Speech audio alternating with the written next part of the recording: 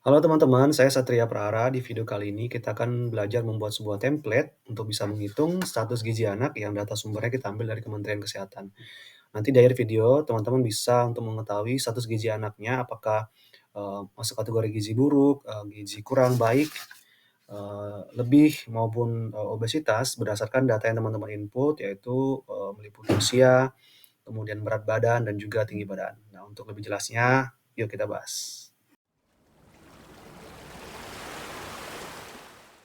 Oke teman-teman, jadi ini adalah data indeks massa tubuh ya yang saya ambil, saya rekap dari Permenkes nomor 2 tahun 2020 tentang standar antrometri anak. Jadi intinya data ini adalah data indeks massa tubuh berdasarkan jenis kelamin, baik itu laki-laki dan perempuan, dan juga berdasarkan usianya. Nah, ini dibagi menjadi dua kelompok teman-teman, yaitu kelompok yang pertama, kelompok 0 sampai dengan 5 tahun, dan kelompok kedua ada 5 sampai dengan 18 tahun. Pembagian kelompok ini berdasarkan status gizinya ya teman-teman ya.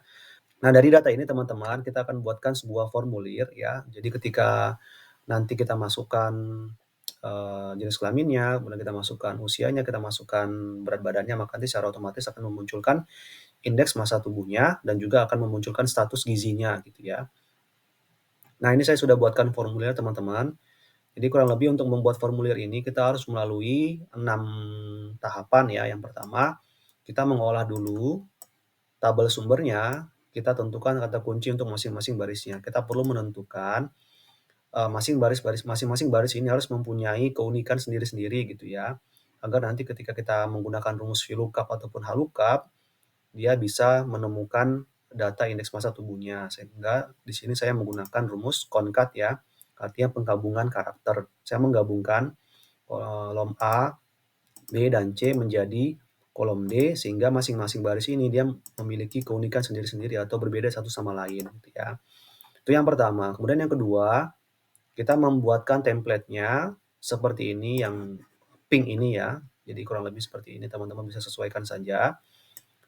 Kemudian kita menggunakan data validation untuk menentukan umur, jenis, dan jenis kelamin ya, supaya nanti kita tinggal pilih saja, nggak perlu input satu persatu ya.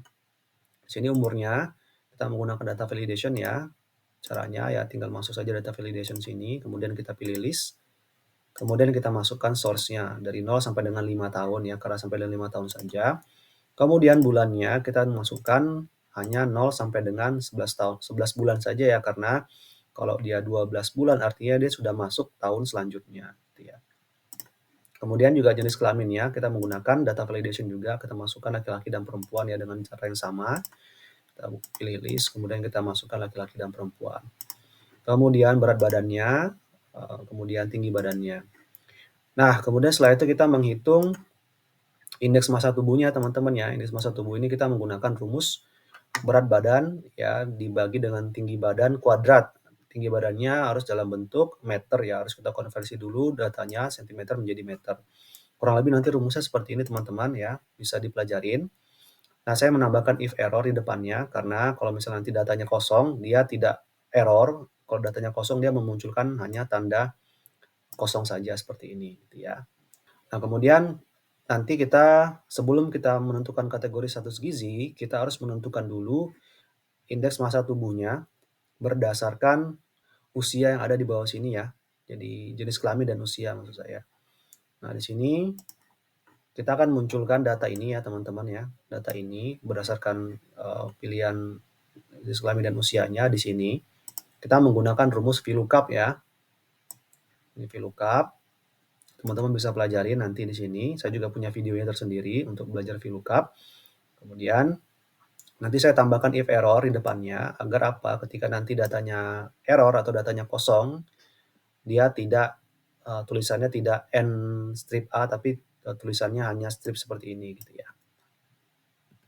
Lakukan hal yang sama sini juga, hanya bedanya dia nanti di kolomnya ya. Ini kolom pertama, ini kolom kedua, ketiga, keempat, dan seterusnya. Ketika muncul data-data ini, dia status gizinya apa? Apakah gizi buruk, apakah gizi kurang, gizi baik, dan seterusnya. Data-data ini saya ambil dari Permenkes ya, jadi ada rentang-rentangnya. Nah, nanti dari sini akan kita munculkan ke sini ya, kategori status gizinya. Kita munculkan nanti Misalkan saya contohkan satu ya, misalkan saya masukkan namanya Adit ya, misalkan umurnya kita masukkan 4 tahun, misalkan 4 bulan. Kemudian jenis kelaminnya kita pilih laki-laki ya. Kemudian berat badannya misalkan kita tulis 16 kilogram.